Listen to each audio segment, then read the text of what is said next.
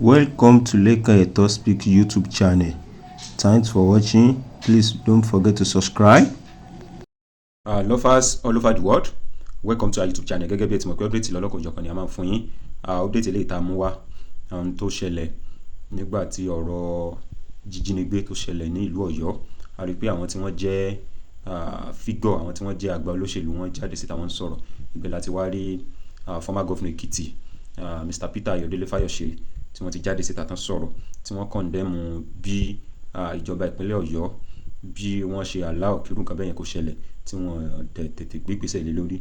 Àwa rí pé àwọn èèyàn wá jáde síta wọ́n condemn wípé kò yẹ kí Ayọ̀délé Fayose kó sọ̀rọ̀ bẹ́ẹ̀ due to wípé maybe it's because of political differences láàrin Ṣèyí Mákindé ilé tí ṣe gómìnà ìpínlẹ̀ Ọ̀yọ́ àti Wike kọ́lọ́wọ́ ṣàánú wa. So Mr. Fayose wọ́n jáde wọ́n sọ̀rọ̀ a lot of ọ̀rọ̀ wípé kò yẹ kí àwọn tí wọ́n jẹ́ state government kí wọ́n máa sọ wípé ọwọ́ federal government ní issue yẹn ló ti ń wáyé, wípé àti local government àti state government àti federal pé gbogbo wọn gbọ́dọ̀ jọjọ ṣiṣẹ́ papọ̀ ní but kó tó di pé yóò kan federal government pé ṣe bí wọ́n gba allocation wọ́n gba security vote. So ó sáà sọ àwọn àlàyé lẹ́kùnrẹ́rẹ́ wípé ìgbà tó náà wà nípò gómìnà ní ìpínlẹ̀ Èkìtì gbogbo àwọn kan bẹ́yẹn ló ṣẹlẹ̀ páwọn dẹ̀ mójútó àwọn ṣe iṣẹ́ yẹn débi wípé ọkàn àwọn tí wọ́n ń gbé Èkìtì pé ó balẹ̀ during that time. So ẹ jẹ́ ká gbọ́rọ̀ lẹ́kùnrẹ́rẹ́ ká dẹ̀ gbọ́ àwọn.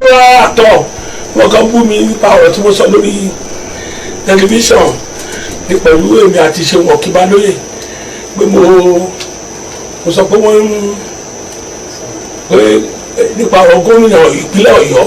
Nǹkan tí mo sọ yẹn mo mí ni ẹ̀ ẹ̀skísà kí wọ́n tó dé Àbújá wọ́n dé local government kọ́ tó dé Àbújá wọ́n dé state. Gómìnà mi yóò lè gómìnà wa yóò lè sọ pé òun kì í gba location o, gómìnà yóò lè lóun kì í gba location o. Kò dẹ̀ sí gómìnà tó ti wà lórí àlééfà nínú gbogbo wa tí ò ní ìdojúkọ either by kidnapping by security challenges. Ìgbésẹ̀ àkọ́kọ́ is for the government, the local government to escalate to the governor. Wọ́n gbé èèyàn ní local government mi o because there must be a location where the incident was happened. Your duty is to escalate it to the state. Nígbà tí ẹ̀mí ṣe gómìnà mo fún council chairman ní ohun tí a pè ní security vote. Security vote are money deployed in emergencies to counter and contain challenges. Then nǹkan lè ṣẹlẹ̀ gan kó jẹ́ lórí ọ̀nà it's an emergency. Torí àwọn ọmọ kan kú ní bí ogún ọdún sẹ́yìn nígbà tí mo ṣẹ̀ṣẹ̀ gómìnà ìpínlẹ̀ yìí wọ́n kú lọ́nà ìmọ̀lùkọ yìí lọ́dún ẹ̀kẹ́. I took a proactive action. I called the president and called the minister. Òun ló fa foundation ọ̀nà tá à ń gbádùn lẹ́yìn yìí. Nǹkan tí mo sọ lọ́jọ́ ẹ̀ tí àwọn ọ̀pọ̀lọpọ̀ ò fẹ́ yé nìyẹn. President kọ́kọ́ ò lè fò látàbújá débi sá o. Ìwọ tó ń ṣe gómìnà ló máa kọ́kọ́ take the step tó bá ti du agbára ẹ lọ you call for an intervention of the federal government. Kò sí president tàbí gómìnà tó ní kó máa jí èèyàn gbé tínú ẹ lè dùn láyé. Is it to his credit or to his support? Ṣùgbọ́n wọ́n ti sọ gbogbo ẹ̀ lóṣèlú. Question tí mo kọ́kọ́ ju gbogbo èèyàn kọ́kọ́ béèrè mo tún sọ lẹ́yìn ni pé as the president as governor Ṣèyí Mákindé contacted escalated this problem to the president at all. Yes, it's in public domain. Ṣùgbọ́n tó bá fẹ́ ká ràn ẹ́ lọ́wọ́ you have to equally be available. Don't turn it into politics. O fẹ́ ti gómìnà tó tọ́ as the president stop you from becoming president. President America mo listen sí láìpẹ́ ó sọ fún gómìnà kan pé I am in charge here as the president. If you want me to help you, you let me know your challenges. And òun gba location èmi náà gba location. Ṣùgbọ́n lórí ẹ̀mí èèyàn tá a wà lórí ẹ̀yìn no president will wish any of his citizens láti gbé. Kò dẹ́ ṣèdí ní kì í ṣe àárọ̀ yìí oní jíjí ìyàngbẹ́ ti bẹ̀rẹ̀ Nàìjíríà sáwọn. Kò ṣe àárọ̀ yìí orí jíjí ìyàngbẹ́ ni wọ́n lọ pa ìyá Ìgbòho sí o. Ni wọ́n lọ fọ́ ilé Ìgbòho nípò kan rán Ìgbòho yẹn lọ́wọ́ kó sọ problem yẹn nígbà yẹn wọ́n kó ogun lórí ẹ̀wọ̀n lọ fọ́ bẹ́ẹ̀ ni. question is, has Governor Seyi Makinde escalated officially, personally, to the president? Sometimes they say, is there an issue between me and Governor Makinde? No. Even if there is, issue here is partisan. We are here talking about life and property and how things should work. Kọ́lé tó ṣe àtẹ̀tún jíra ẹ̀gbẹ́ president Tinubu ó lè tọ̀ àtẹ̀tún kọ́kọ́ náà rí à Tinubu náà ló kó náà láì fọwọ́ kàn. Let us call a spade a spade. Èmi ò sọ pé Tinubu gbogbo wọn ti sọ ní òṣèlú Tinubu must resign now, he must go now. Tinubu fún ẹgbẹ̀ta fún mi president dàgbéjúlẹ̀. Èmi sọ pé ní ìdí àti ìjà Tinubu ó kó ọdún kan tẹ́lá ti lórí fídì tẹ́lá ti dàn kẹ́kọ̀ọ́ lọ sáà sọ̀rọ̀ kìlógún.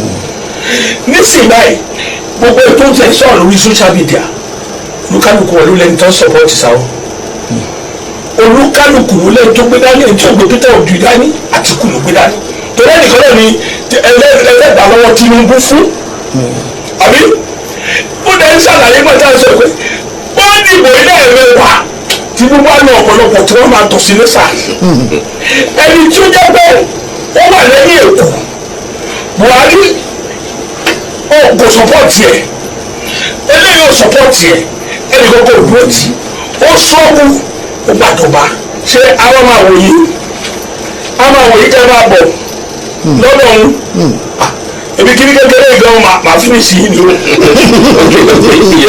Sorry ẹ parí olóòrè. All right. Therefore tí ẹ bá fẹ́ bí fi Tinubu don't turn kidnapping to politics. Don't do that. Ẹ dúró nígbà election ẹ kó ẹ̀sùn ẹ̀jọ́ all his offences ẹ hold here ẹ̀yin opposition tẹ́ẹ̀lì sọ̀rọ̀ àpòkẹ́ wa bẹ́ẹ̀ kan jà ẹ̀fọ́ yẹlẹyẹlẹ bíi magi tí ò ní sẹ́ńtà nínú ọbẹ̀ ẹ̀fọ́ báyìí èyí lọ báyìí Àtìkù lọ báyìí eléyìí lọ báyẹn ọmọ wọn lè fẹ́ gbà sá tó bá fẹ́ ṣe pé ẹ fẹ́ gbàjọba lọ́wọ́ èèyàn sá ẹ máa pa ìmọ̀ yín pọ̀ ṣèbí nígbà táwọn APC fẹ́ gbàjọba lọ́wọ́ PDP wọ́n pa ìmọ̀ wọn pọ̀ ni ìmọ̀ wọn làwọn lè papọ̀ sá tó bá yẹ wọn ní Tinubu rí election Tinubu ló gbogbo lọ Tinubu lè rẹ kí sáwà ṣiṣẹ́ ṣé èyí kan ṣiṣẹ́ báyìí ṣé mọ́tò ní start sá ẹ jẹ́ ká fi ilẹ̀ bẹ́ẹ̀ torí mi ò fẹ́ sọ púpọ̀ ẹ̀ bẹ́ẹ̀. Okay, let's come back to Ekiti State here.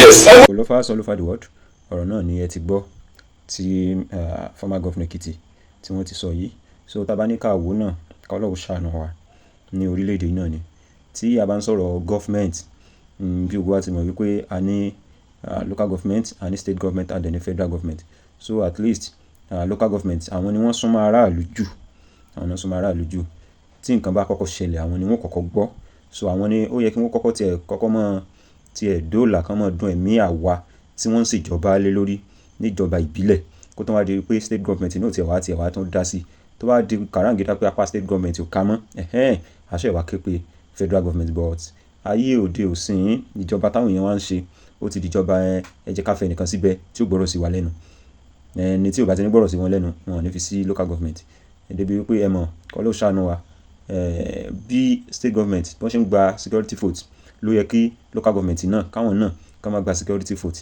kán dẹ̀ máa make sure pé àwọn ń tọ́jú àwọn tí wọ́n jẹ́ security ọkọ̀ wọn kọ́kọ́ wọn mọ̀ dá kán mọ̀ fún wọn lówó gidi so kán dẹ̀ tún mọ̀ sí check and balance so gbogbo ilé ló lè ràn wá lọ́wọ́ láti gbógun ti ìwà ìbàjẹ́ because ká má parọ́ ètò ààbò ó mẹ́yẹ ní Nàìjíríà lọ́wọ́lọ́wọ́ tàwa so kọ́ ló ṣàánú wa ẹni tẹ́ bá ṣe ń darapọ̀ mọ́ wa ẹ bá wa subscribe ẹ like ẹ comment ẹ share so we love you all, thanks for watching.